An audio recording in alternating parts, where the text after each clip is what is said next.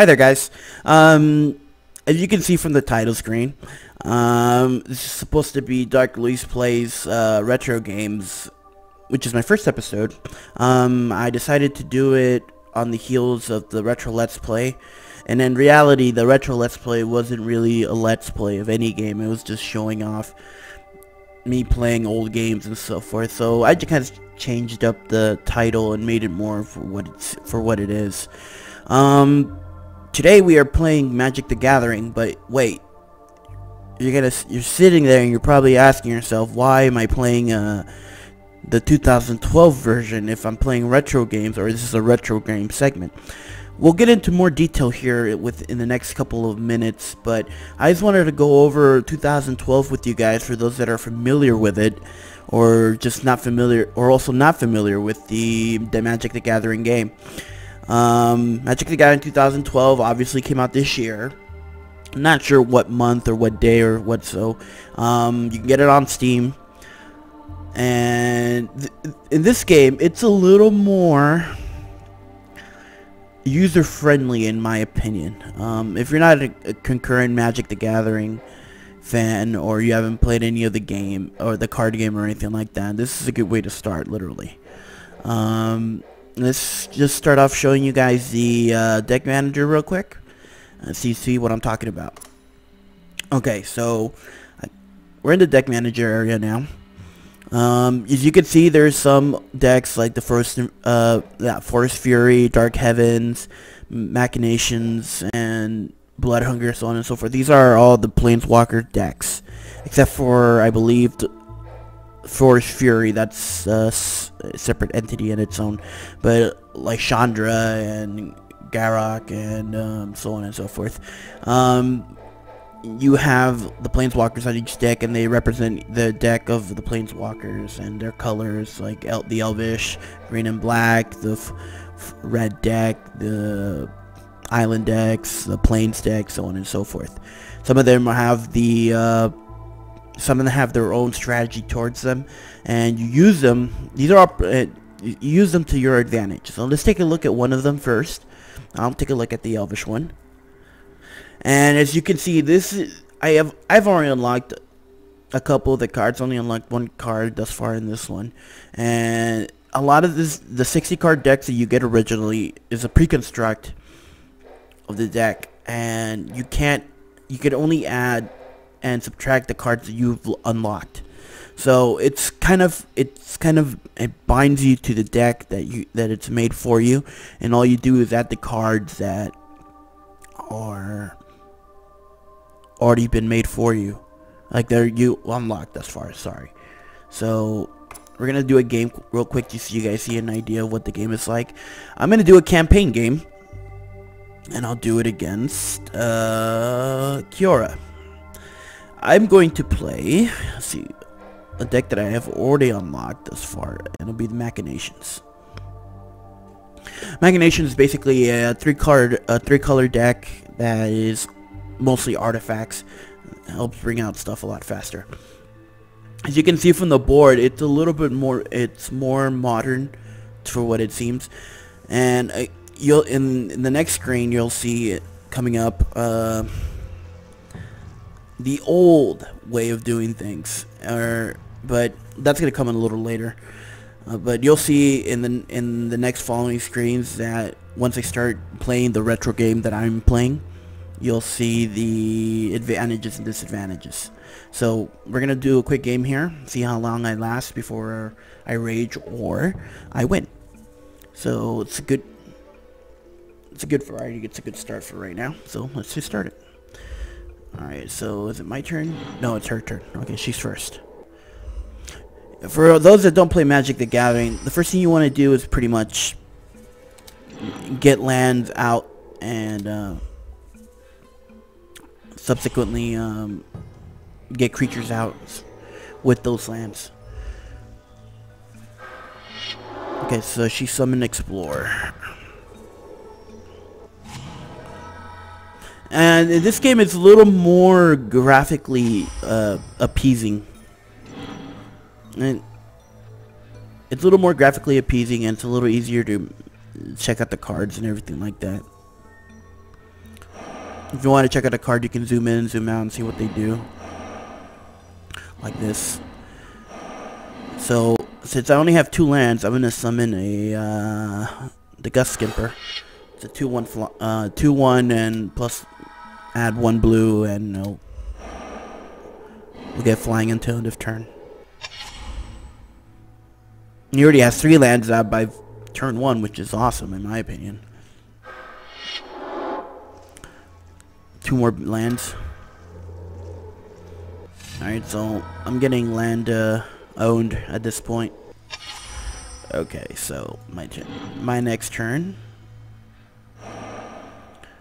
Okay, so Master of Ethereum, it's 3. It has the equal number of artifacts and our artifacts I control, +1/+1. So let's get more artifacts out first before we do that. And this little gentleman here, it's Steel Overseer. Tap it, a creature gets +1/+1 counter on each artifact you control. So he has nothing out. Okay, so since he has nothing out, I will attack.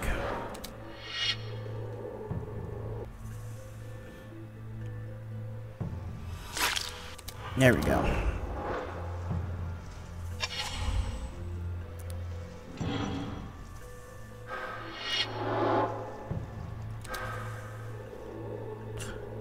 Another Explorer. That's great. He's going to bring out something big.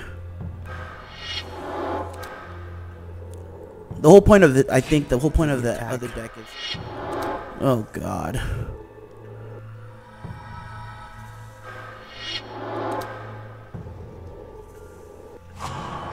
Why are you searching more cards? Okay. Oh, that's going to hurt.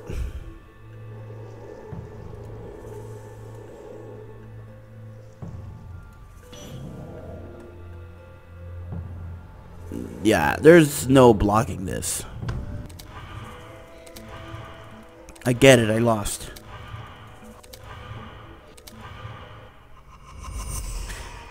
That hurt a lot. As you can see, I made a lot of mistakes. Normally, I'm really meticulous with my moves, but I lost. So there's no regret or anything like that. So now we're gonna do a quick fade, and I will show you what Magic the Gathering 98 is like. That's where the retro portion comes into play, so stay tuned. And welcome back. As you can see, the next Magic the Gathering game is up on the screen. This is the Microprose version. Let me close this off real quick. This is Microprose's version of Magic the Gathering Duels of the Planeswalker. This came out in 1998 for the Windows 98 and the concurrent other PC games, what's not. This one's a little bit more older fashioned, and it has a lot of great attributes and not so great attributes to the game. I think this version of the game is a little more for the advanced folks that have played Magic the Gathering and have a bit more understanding of the gameplay, not like 2012. So I'm going to show you guys a little bit more of 98, and you guys get a good idea here. Clicking on some of these, you get different options like duel. You can duel an opponent online, or registered opponent, I should say. This is more inclined to those that signed up on the website back then and were able to play with each other like that, like so forth. And you get match parameters like unrestricted, wild, restricted type 1, tournament type 1.5, and Highlander. I know that the tournament and restricted portions, and unrestricted obviously, but Wild and Highlander are a little new to me as far as gameplays or game types. So those of you that do know what those mean, hit me up on the YouTube comments link, or send me a message on YouTube, or go to Facebook, check out and send me a message there at DobroGTV. But anyways, you can actually do a free-to-play or the best of 5 or 10 or 25 games with the minimum deck size of 40 cards or 60 cards, depending on how you want to go.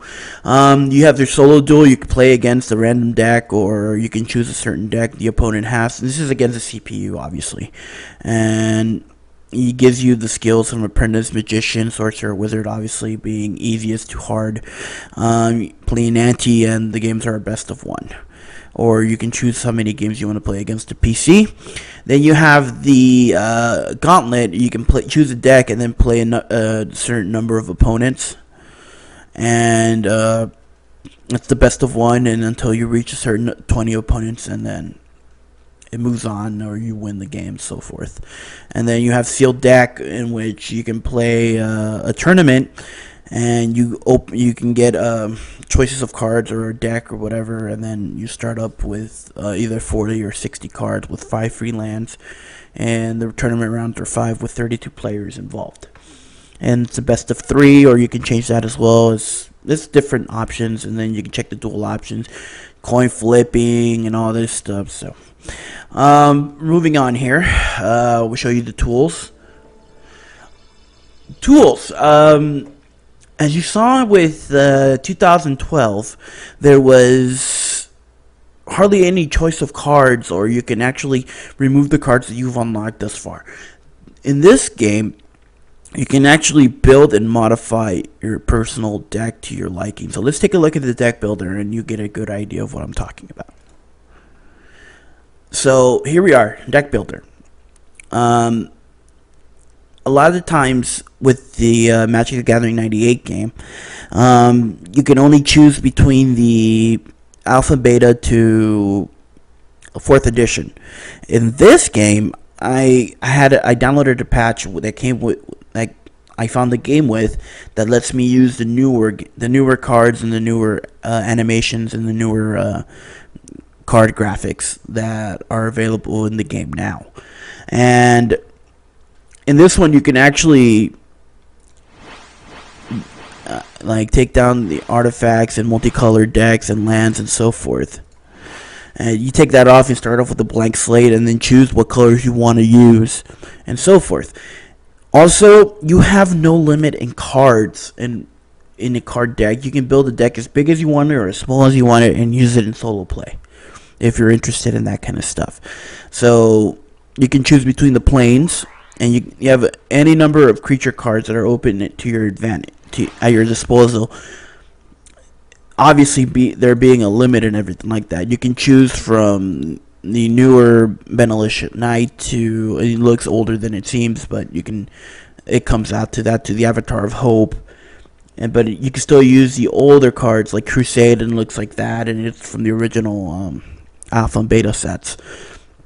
But once they come out on the screen, it changes the picture graphics and so forth. These are just your enchantment cards, and you have your creature cards, your instants, choose any number of instants and so forth. And you have your interrupts, and then you have your sorcery cards. You can also use the old school artifacts with the newer stuff. For example, this card. It's restricted from all play, and it's really hard to find nowadays, but in this game you can actually use it and see what it's like to use it. It's sort of a simulated version of using the cards, hence why this game is a simulation. Also, you can put as many of the artifacts or like moxes or whatever as you like into the decks. If you wanted to make the game a little easier for yourself, you can put any number of like moxes, and and I'm going here, I'm trying to move this thing as fast as I can. These are moxes. They're 0 artifacts you can put right away. You can put as many as you want on the field, and you can add mana to your mana pool right off the bat. So it's cheating, sort of, in a way. It's kind of an unfair advantage, but you can still do it if you wanted to. And yeah, so it's totally up to you. What's awesome about this, it's totally up to you what you want to do with the deck, and it's your imagination at work. It allows you to do stuff that in the 2012 version you can't do. And it's kind of nice, to be honest, to have that freedom to do what you feel like.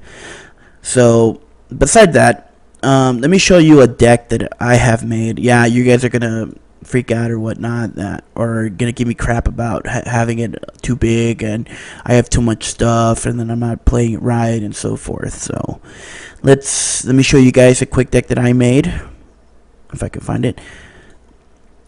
You see what I mean? You can have as many cards. I have 128 cards in this deck.